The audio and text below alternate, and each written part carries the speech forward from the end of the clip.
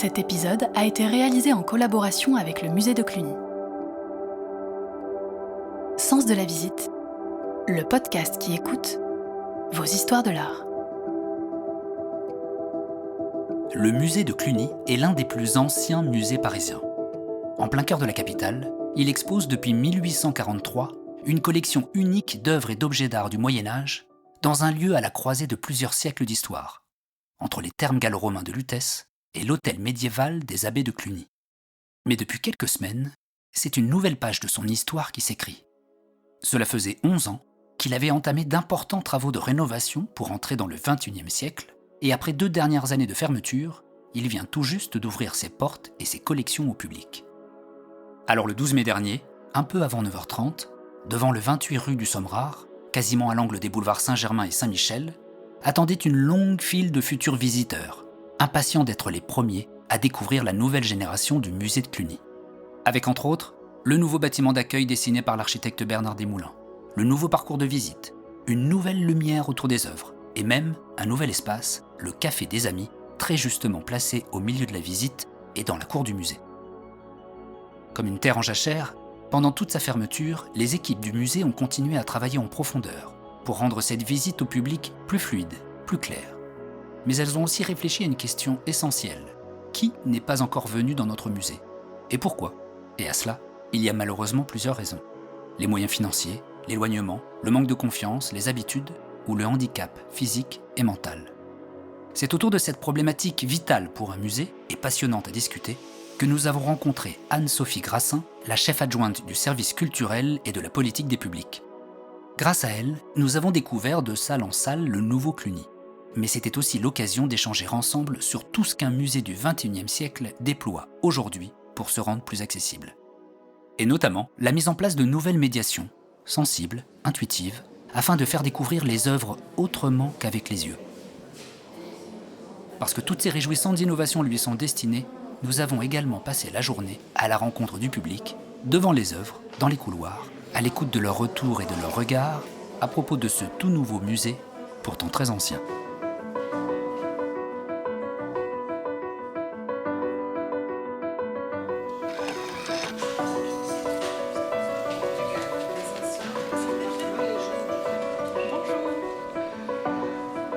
Ce projet de rénovation du musée, il a été un projet global, surtout parce qu'il a impliqué et impacté l'ensemble des services. Dans le tout nouveau bâtiment d'accueil, la visite commence avec Anne-Sophie Grassin. C'est tout d'abord une réflexion sur la mise en accessibilité, rendre plus lisible, plus compréhensible ces fameuses 4 grandes périodes architecturales qui marquent l'histoire du musée. Vous voyez, nous sommes devant une grande baie vitrée qui ouvre magnifiquement sur les vestiges antiques. Et rendre le musée plus accessible, c'est d'abord se dire, voilà, nous sommes dans le XXIe siècle, pleinement, mais nous avons une vue directe sur ce qu'on appelle l'opus mixtum, ce mélange de petits moellons de pierre et de briques, qui sont déjà une immersion dans le monde antique. C'est aussi inclure la cour de l'hôtel des abbés de Cluny dans le parcours de visite avec son propre vocabulaire architectural. Ça veut dire fenêtres à meneaux, pavés, gargouilles. C'est aussi le 19e siècle avec le bâtiment dit Boswillwald du nom de son architecte qui a permis au 19e siècle d'accueillir la Dame à la licorne. Et puis le bâtiment des Moulins avec ce nouvel espace d'accueil inauguré en 2018. Est-ce qu'il y a un sens de la visite en particulier qu'il faut suivre ou est-ce que le sens est libre ? Il y a un sens de la visite puisque la mise en accessibilité, ça a été aussi d'apporter une plus grande cohérence à ces différentes phases qui constituent l'histoire du musée. Mais l'idée aussi est de rendre le visiteur le plus autonome, le plus libre et le plus heureux possible. Donc on a travaillé à des outils de médiation dont le premier est peut-être un plan de visite qui permet de circuler dans les espaces avec le plus de liberté. Alors puisque vous travaillez en particulier avec les publics, qu'est-ce que ça vous fait à vous personnellement de voir des gens revenir après 2 ans de fermeture complète et 11 ans de travaux finalement ?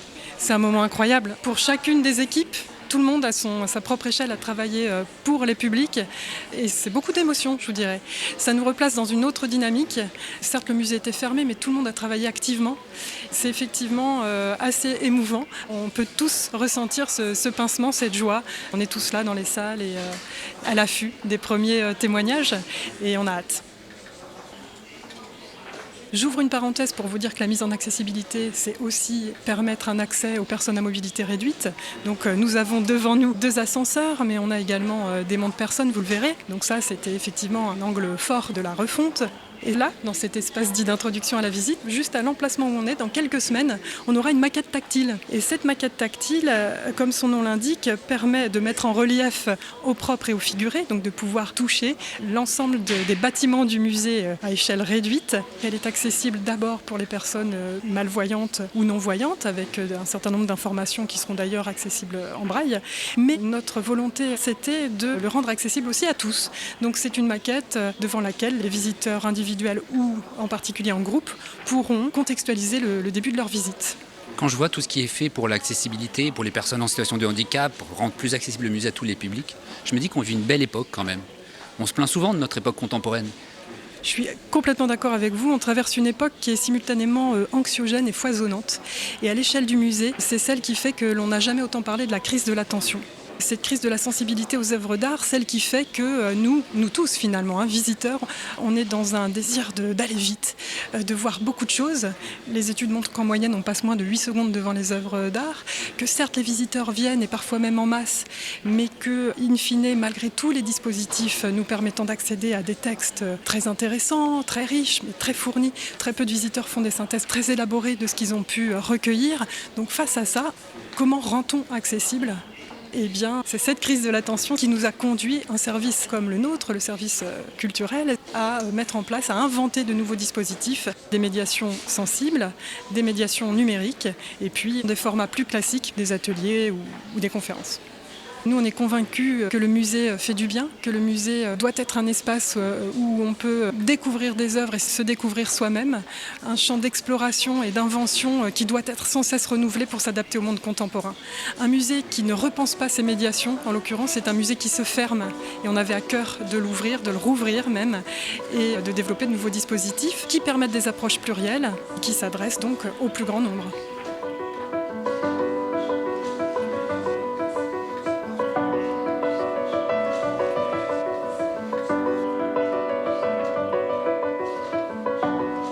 Est-ce que c'est la première fois que vous veniez à Cluny ? Oui, c'est la première fois qu'on vient parce que moi je suis arrivée à Paris il y a 4 ans, donc je suis contente de venir pour la première fois. Je pense que le plus impressionnant c'était les thermes, c'était la chose la plus chouette parce que ça permet de se rendre compte un peu de l'envergure des bâtiments romains de Paris. Et ça je trouvais que c'était vraiment l'endroit je pense le plus intéressant du musée. C'est un millefeuille architectural, le musée de Cluny. Oui, assez. C'est plutôt les périodes que je préfère, la Grèce antique et la Rome antique.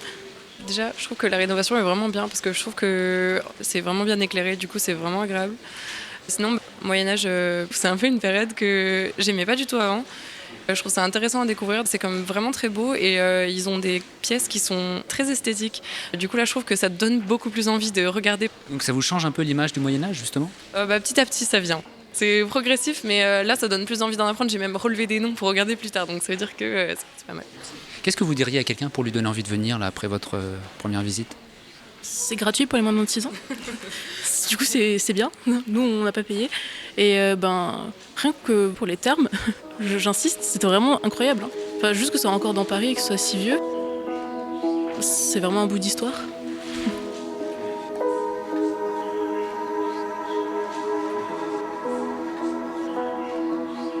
Nous sommes du quartier et nous connaissions très bien le musée. Nous le redécouvrons aujourd'hui et on trouve que c'est absolument magnifique. Magnifique. On est très admiratif, on trouve que c'est très bien présenté et que très bien expliqué. On est emballé.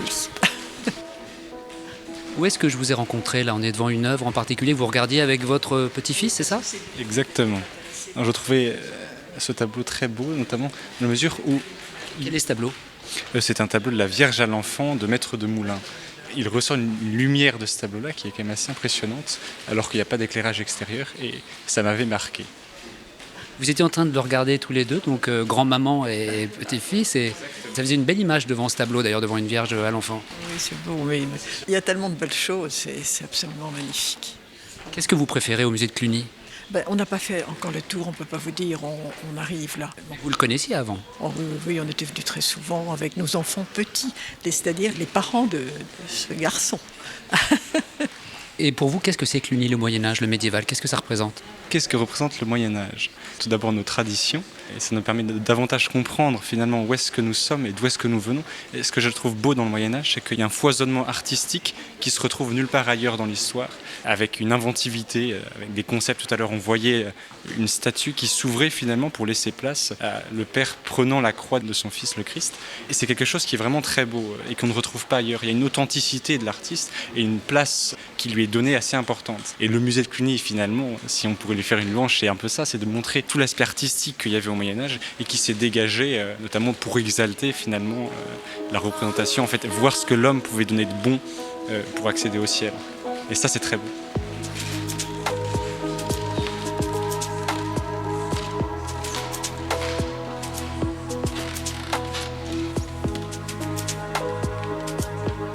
Qu'est-ce que vous cherchez ? Alors on cherchait un petit lapin sur cette tapisserie 1000 fleurs, voilà, parce que c'est un peu une ode à la nature, donc c'est la tapisserie des Vendanges et je demandais à ma fille de trouver le petit lapin blanc dans la tapisserie. Vous n'êtes pas loin de la Dame à la licorne, mais là pour le coup c'est plus original. C'est une tapisserie qui est un peu moins connue mais qui est très très belle aussi. Tout à fait. Après ma fille connaît un peu la Dame à la licorne, moi-même je fais de la tapisserie, donc voilà, elle était un peu curieuse de la voir en vrai parce qu'elle l'avait vue dans les livres. Qu'est-ce que vous faites comme tapisserie ?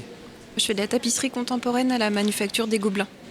Donc c'est la même technique, elle n'a pas évolué, mais je fais des tapisseries modernes, donc le sujet est différent. En fait, on est quand même investi de cette mission de sauvegarder ce savoir-faire, donc je me rends compte que je pratique une technique ancestrale, remise au goût du jour, mais oui, c'est émouvant de me dire que j'ai le même geste probablement que ces personnes à l'époque. Et qu'est-ce que c'est votre expérience de visite aujourd'hui ? Vous connaissiez déjà avant ? Alors je suis venue il y a très longtemps quand j'étais étudiante à la manufacture des Gobelins. J'avais pas eu l'occasion forcément de revenir depuis. Je trouve que la rénovation est sublime. Vraiment, voilà, c'est un vrai plaisir de le redécouvrir. Du coup, c'est vraiment comme une nouvelle visite. C'est vraiment une découverte. Tu aimes bien là, la tapisserie que tu as devant toi ? J'aime bien le petit lapin. Il est très mignon, je trouve. Elle est un peu timidée. Merci beaucoup.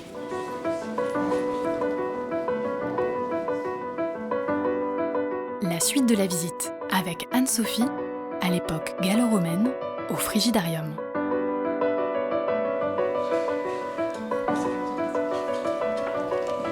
On parlait d'immersion, le mot est à la mode, il est parfois galvaudé, mais il reste au musée de Cluny éminemment présent, puisque, voyez, voilà, nous venons de fouler un sol qui n'a rien à voir avec le précédent. Vous levez les yeux, vous avez une voûte qui culmine à plus de 14 mètres de haut. Vous retrouvez cet appareillage dont on parlait tout à l'heure, de briques et de pierres. Vous avez des œuvres magnifiques, une nouvelle vitrine, des collections foisonnantes et puis un bâtiment qui fait œuvre. Le son de votre voix aussi est différent. N'est-ce pas ? Effectivement, ça résonne. Et justement, prendre conscience que nos sens diffèrent d'un espace à l'autre, simplement parce que la température n'est pas la même, que l'acoustique n'est pas le même, c'est assez extraordinaire et on a cette chance à Cluny. Donc bienvenue dans le Frigidarium des Thermes antiques de Lutèce. Et là, on fait un bond en arrière gigantesque puisqu'on est au 1er, 2e siècle après Jésus-Christ. C'est un espace qui se prête à l'imaginaire, qui ouvre des portes. J'aimerais tellement que les auditeurs puissent entendre cette acoustique et s'émerveiller de ce que nous, on a chaque jour sous les yeux. Et c'est la première salle d'un parcours qui en compte 22 et qui sont répartis sur 2 niveaux. Chaque salle comporte un panneau qui présente systématiquement le thème de la salle. Le visiteur peut retrouver également des panneaux thématiques qui permettent des points peut-être un peu plus précis, contextualisant sur une technique ici ou un centre de production là. Et puis, à partir de 2022, vraiment l'ouverture de la programmation culturelle et artistique du musée aux sensibles. Des créations artistiques ou des médiations qui ont été spécifiquement conçues pour le musée. Et l'objectif, c'est la création de sens. Et cette création de sens, elle peut passer par différents canaux. L'intellect, mais pas seulement. Ce sont aussi et surtout des médiations qui impliquent le corps, les émotions, les sensations, l'imaginaire ou encore la mémoire. C'est-à-dire qu'on ne s'adresse plus seulement au cerveau cognitif, celui qui lit les textes, qui lit les cartels, qui les digère et parfois pas toujours bien, mais on parle aussi et surtout de corps pensant. C'est-à-dire que c'est une manière d'avoir des dispositifs qui s'adressent à tout ce qui fait le visiteur. C'est-à-dire son cerveau, mais aussi ses sens, ses émotions, son passé. Donc ça signifie que tout dispositif doit servir à la compréhension de l'œuvre, mais au sens premier du terme comprendre, de comprendere, la racine latine de comprendre, qui est prendre avec soi. Je trouve ça très beau et je trouve que ça résume assez bien ce qu'est ce corps pensant et donc ces médiations sensibles. Et vous voyez, en 2022, on a 8 dispositifs de médiation sensible. Et on a des balades sensibles pour les 0-3 ans. On évoquait une visite hypnotique avec une hypnologue Cluny tranquille à partir de 16 ans, donc plutôt les adultes. Et par exemple, Corps sonore, qui est à la fois une performance, une installation par Massimo Fusco, qui est également danseur. Une visite chantée par Grégoire Ichou, et puis le concert méditatif qui a eu lieu le samedi 14 mai et que l'on reconduira le 3 septembre. Les visiteurs nous disent « J'ai tellement été plongée dans un lâcher-prise total au cœur de ce frigidarium que j'ai vu les œuvres différemment ». Et c'est exactement l'objectif de la médiation sensible, d'éprouver les œuvres, c'est-à-dire ça passe par soi, par ses sens, par ses émotions, mais on a un retour sur l'œuvre qui en est augmenté. Et quand on parlait de Cluny tranquille, cette visite portée par une hypnologue, vous voyez, cette visite hypnotique, l'idée c'est aussi de changer l'état de conscience pour apporter une attention spécifique à l'œuvre. Et là, on revient à notre crise de l'attention de tout à l'heure, où on se disait comment on peut inventer des dispositifs qui nous permettent d'être plus présents face aux œuvres, de passer plus de temps face aux œuvres et de ralentir. Ralentir au musée, parce que ce qu'on veut, c'est que les gens y aient aussi du plaisir, qu'ils puissent comprendre dans tous les sens du terme, et ne plus être forcément dans cette course qui fait qu'on digère mal et qu'on est dans une malnutrition culturelle. Au XIXe siècle, on parlait de contemplation. Oui, prenons le temps de contempler, prenons le temps de regarder et ayons du plaisir aussi.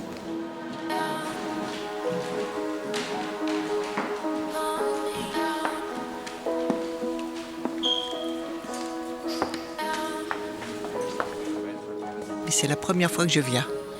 Donc je ne peux pas comparer comment c'était avant. Là, j'ai pas d'infos. Mais là, c'est parfaitement accessible. Hein.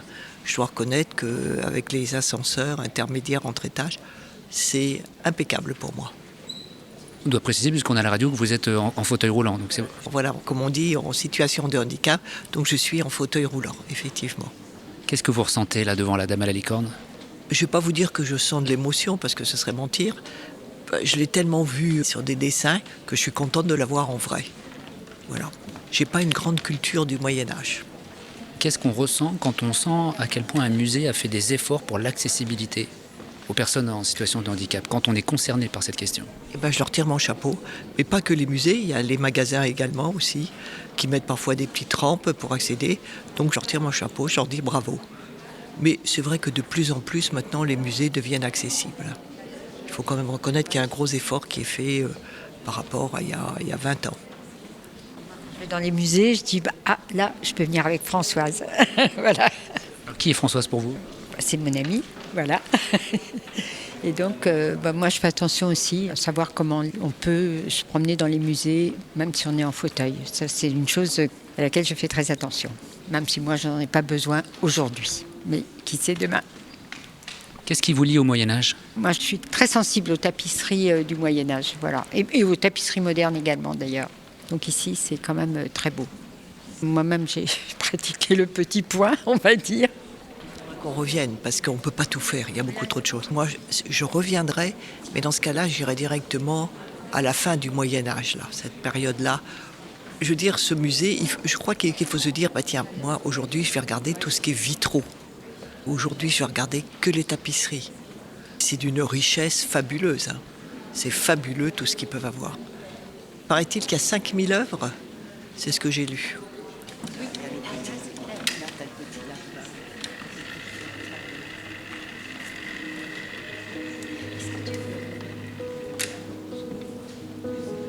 C'est vous le surveillant de la Dame à la licorne ? Absolument. Pour ce jour, en tout cas. Et alors ?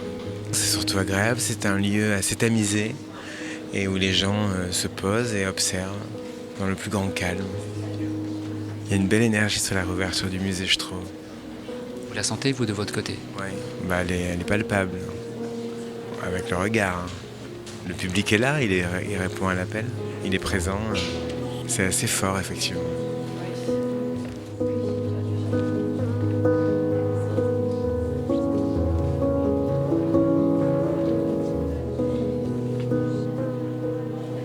En fait, je l'emmène chaque mercredi découvrir un peu de Paris, avant qu'il quitte Paris, comme beaucoup de Parisiens.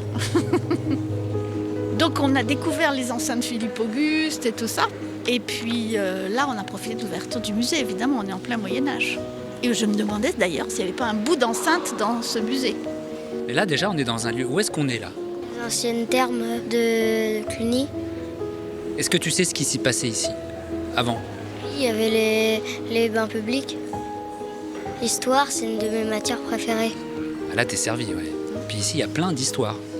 J'attends impatiemment de lui montrer la dame à la licorne, si elle est toujours là. Aussi, oui. J'imagine que c'est très sympathique de faire des musées avec son petit-fils. C'est un régal. C'est un régal pour moi. On en parle avant, après. Au revoir.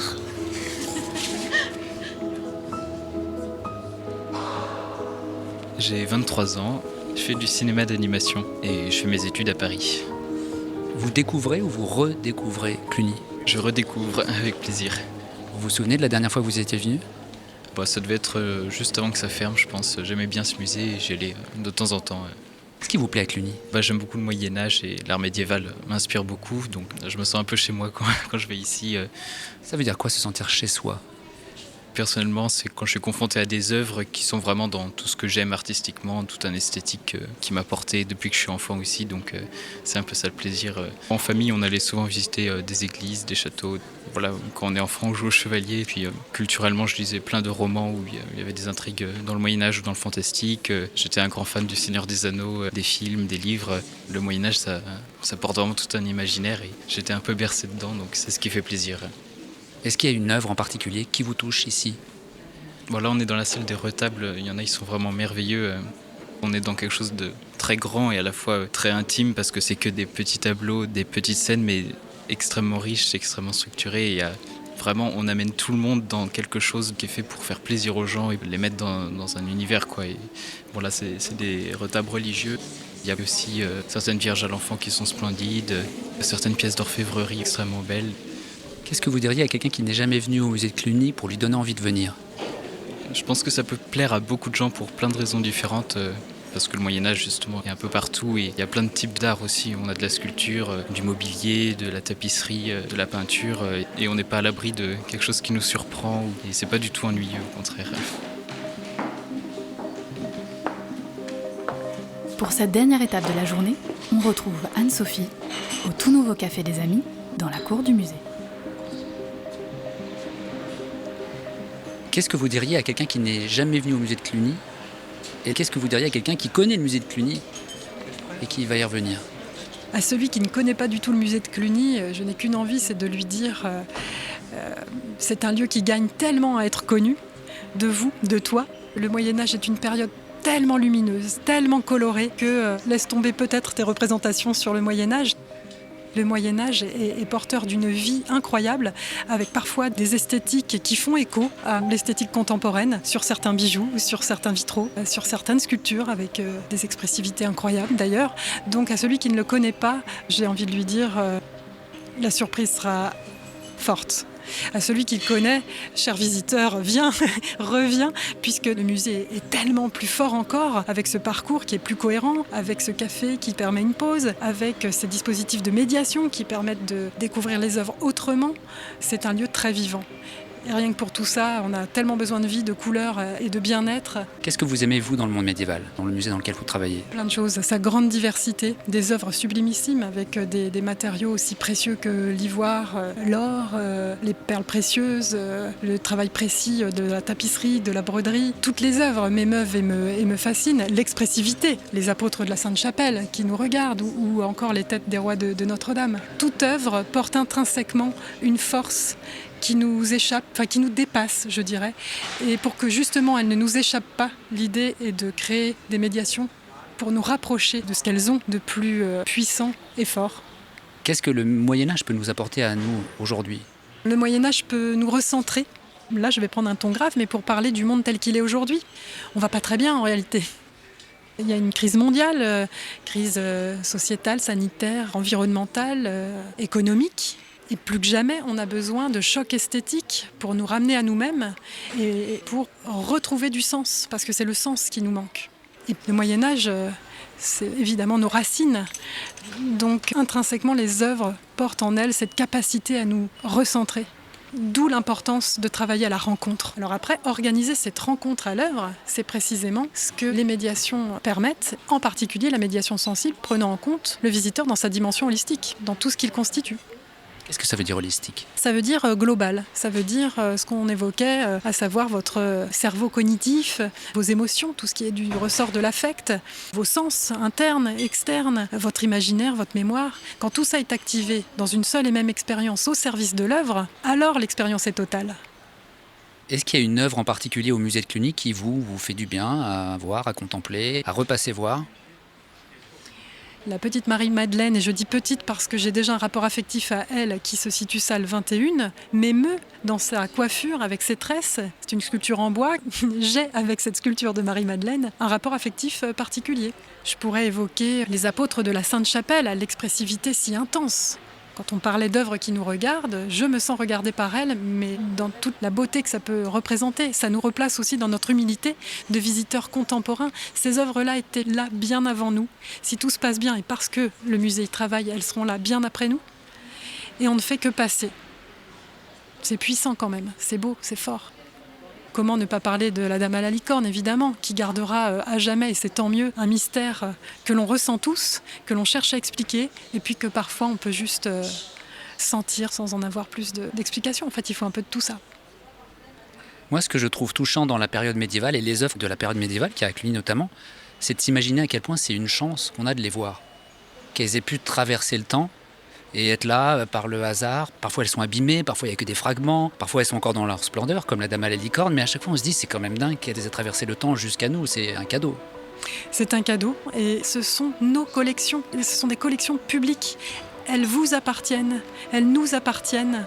Utilisons-les au sens noble du terme, c'est-à-dire confrontons-nous à elles, questionnons-les, approchons-les. Elles sont le bien de l'État, donc chérissons-les, mais sachons aussi aller les visiter. C'est un bien collectif. Absolument, c'est un bien collectif.